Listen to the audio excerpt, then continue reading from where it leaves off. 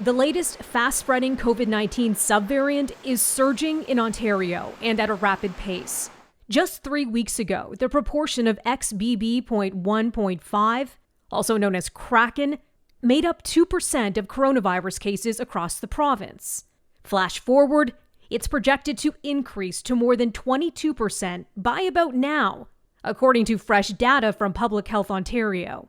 We are starting this XBB.1.5 wave right now, and it suggests that it does reinfect people. Toronto epidemiologist Dr. Fahad Razak says this new subvariant is a descendant of Omicron, and the current bivalent COVID vaccine should still offer protection. There are these variants emerging, subvariants, these mutations. They're occurring remarkably quickly, but the protection we have against severe disease, at least, seems to be maintained. Just the speed of these new variants that we're seeing, we barely memorize the name of them before suddenly they're the dominant one. You can imagine it's very confusing and difficult because this thing that we're seeing, the terminology is very challenging. It's quickly on the heels of just a prior variant. And I think a lot of the public just wants to move on, which I completely understand. Unfortunately, the challenges of the virus remain.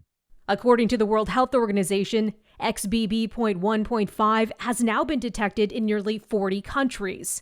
The UN agency calls it the most transmissible subvariant yet.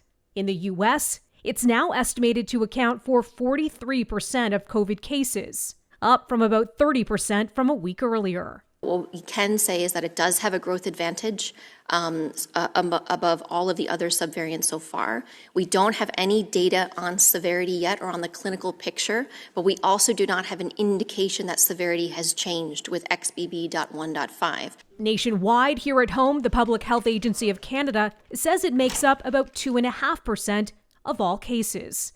Melissa Duggan, City News.